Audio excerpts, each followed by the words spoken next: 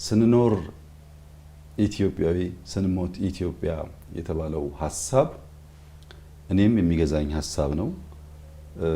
ስኖር ኢትዮጵያዊ ሆኜ ለኢትዮጵያ ብሔራዊ ጥቅም ሰርቼ ለኢትዮጵያ ብሔራዊ ጥቅም ቆሜ ሳልፍም ኢትዮጵያ መሆን እመኛለሁ።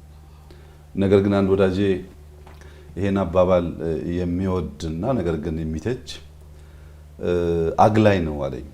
ስኖር ኢትዮጵያዊ ስንሞት ኢትዮጵያ የሚለው አግላይ ነው። ስኖር ዲያስፖራ ስንሞት ኢትዮጵያም ስላለን አለኝ። ምን ማለት ነው? ሰዎች በተለያየ ምክንያት ሀገራቸውን ጥለው በተለያየ ሀገር ይኖራሉ፣ ፓስፖርት ይቀይራሉ፣ ይወልዳሉ፣ ይኖራሉ።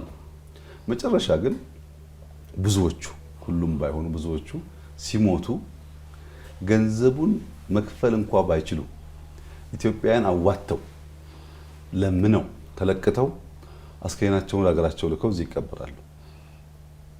ያ ሰው ለምንድን ነው ኢትዮጵያ ሄደህ የምትቀበረው ተብሎ ከሞት በፊት ቢጠየቅ ብርድ እንዳይመታኝ እንዳይርበኝ ከጎረቤት ጋር ቡና አልጠጣ ሊል አይችልም። በሆነ ሎጂካል በሆነ መንገድ ሊያሳምነን አይችልም። ነገር ግን ሰው ሞቶ እንኳን የመጨረሻ ማረፊያው ሀገሩ እንድትሆን ይመኛል።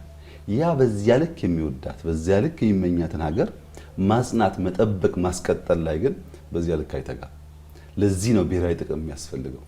ስንሞት እንኳን ልናርፍበት የምንፈልገውን ምድር የማጽናትና የማቆየት ጉዳይ የየዕለት ንግግራችን የየዕለት ስራችን ውጤት ካልሆነ በእኛ እንዝላልነት ሊፈርስ ይችላል።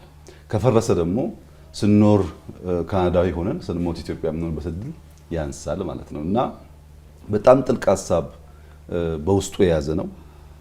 ይህ በውስጡ የያዘው ሀሳብ ግን ለመጪው ትውልድ እንዴት አድርገን የጸና የለማ የማይለምን ሀገር እናቆያለን ከሚል ፍሬ ሀሳብ ጋር መሰናሰል አለበት። ምክንያቱም የጀመርነው ትውልድ ካልቀጠለ የምናስበውን ትውልድ ካልቀጠለ በስተቀር በአንድ ትውልድ በአንድ ቤተሰብ በአንድ ግሩፕ ሀገር ተሰርቶ አያልቅም። ሀገር የቅብብሎች ውጤት ነው። ያን ለማረጋገጥ የሚያስችል ስራ መስራት የሚቻለው ትውልድን እያሰብን ስንሰራ ነው። ነገን እያሰብን ስንሰራ ነው።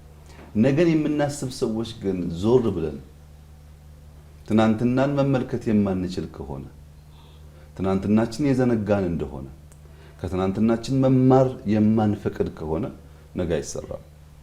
ለዚህ ነው እኛ ትናንትን ከዛሬ ዛሬን ከነገ አስተሳስረን ሚዛን ጠብቀን ሀገርን ገነባለን ብለን የተነሳ ነው።